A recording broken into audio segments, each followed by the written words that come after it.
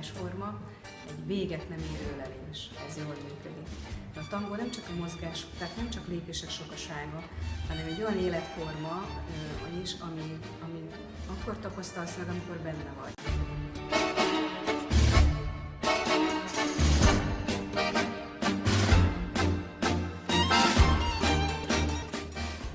Volt egy nagyon kedves barátom, aki fotózott még, amikor aktívan a színpadon voltam, és azt mondta, hogy meglátva a tangót, azonnal meg akarta tanulni. Elkezdett tanulni a tangót, megvettem tőle, hogy milyen mélységei vannak.